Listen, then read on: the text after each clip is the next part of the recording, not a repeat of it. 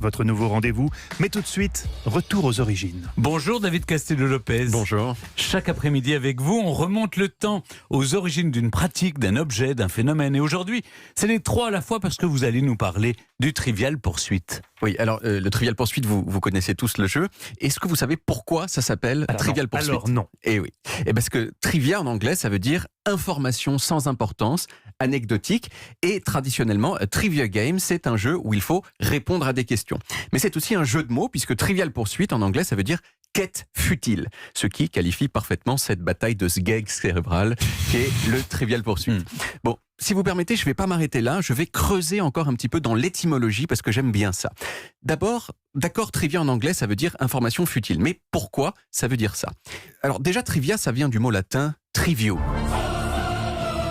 Et oui, dans cette chronique, à chaque fois que je dirai un mot en latin, vous entendrez une attaque de Carmina Burana qui soulignera la profondeur effrayante de mon savoir.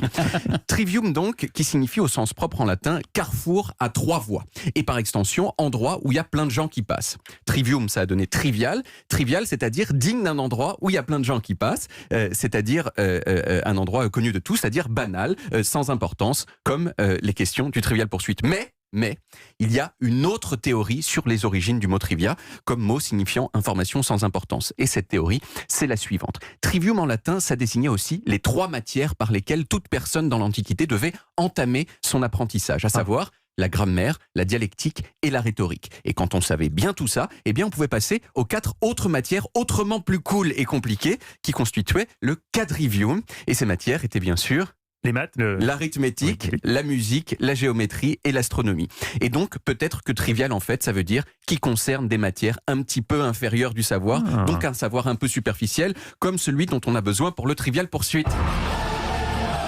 Voilà, j'ai décidé de mettre également ce son quand je termine une démonstration particulièrement réussie. Et ça marche. Mais alors maintenant, d'où ça vient le jeu Trivial Poursuite? Eh bien, c'est un jeu qui a été inventé par 2 journalistes. Et oui, les journalistes, ils ont quand même pas inventé grand-chose, mais ça, oui. Ces 2 journalistes, ils sont canadiens et ils s'appelaient respectivement Chris Haney, responsable de la photo à la Gazette de Montréal, et Scott Abbott, qui couvrait le sport dans un autre journal. Ils étaient amis et un jour, plus précisément le samedi 15 décembre 1979, ils se faisaient une petite soirée Scrabble, un samedi soir. À Montréal, passé 21h, il n'y a plus grand-chose à faire. Et là, ils en ont eu un peu marre et ils se sont dit « Viens, on invente notre propre jeu ». Et ce soir-là, en quelques heures, ils ont jeté les bases du Trivial Poursuite. Mais bon, il y a plein de gens qui ont des idées de jeu et qui en font rien. Eux, ils ont réussi à lever 40 000 $ et pendant des mois, ils ont juste écrit des questions, parce qu'il en fallait 6 000 quand même. Ils ont embauché un designer de 18 ans pour faire le design, qu'ils ont payé avec 5 actions de leur société. Et finalement, le jeu est sorti en 1981 et ça a cartonné. Et ça cartonne toujours. Ça cartonne pourquoi? Eh bien, parce que ça permet aux gens de se la péter dans un cadre acceptable. Bah oui, imaginez par exemple que vous sachiez quelle est la capitale de la Tanzanie et vous êtes dans une soirée. Eh bien, vous pouvez pas aller voir les gens et leur dire bonjour mademoiselle, je sais quelle est la capitale de la Tanzanie. Eh bien, le Trivial Poursuite, ça permet de faire ça, d'avoir tout simplement une occasion de montrer qu'on sait des trucs. C'est quoi la capitale de la Tanzanie, Stéphane? Stéphane, je vous laisse. Il y a un piège, bien sûr. Oui, il y a un piège. C'est une ville à un nom ridicule, je crois, non? Un peu... Ouais. Alors, on pense tous que c'est Dar es Salaam. Non, c'est pas Dar es Salaam, c'est l'autre.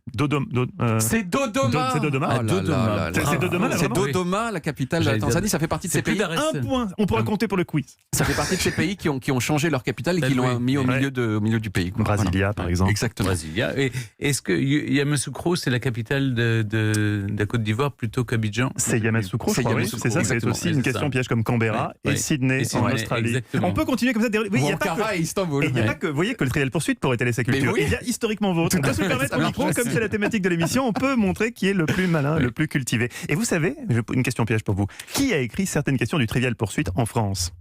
Je donne un indice, cette personne est de l'autre côté de la vitre du studio, en régie. Clémentine Portier-Kaltenbach. Exactement, c'est elle qui l'autre jour a répondu dans une question de notre quiz et qui est en fait issue du Trivial Poursuite qu'elle avait elle-même écrit. La boucle est bouclée. Merci beaucoup pour les origines du Trivial Poursuite, David Castillo-Lopez.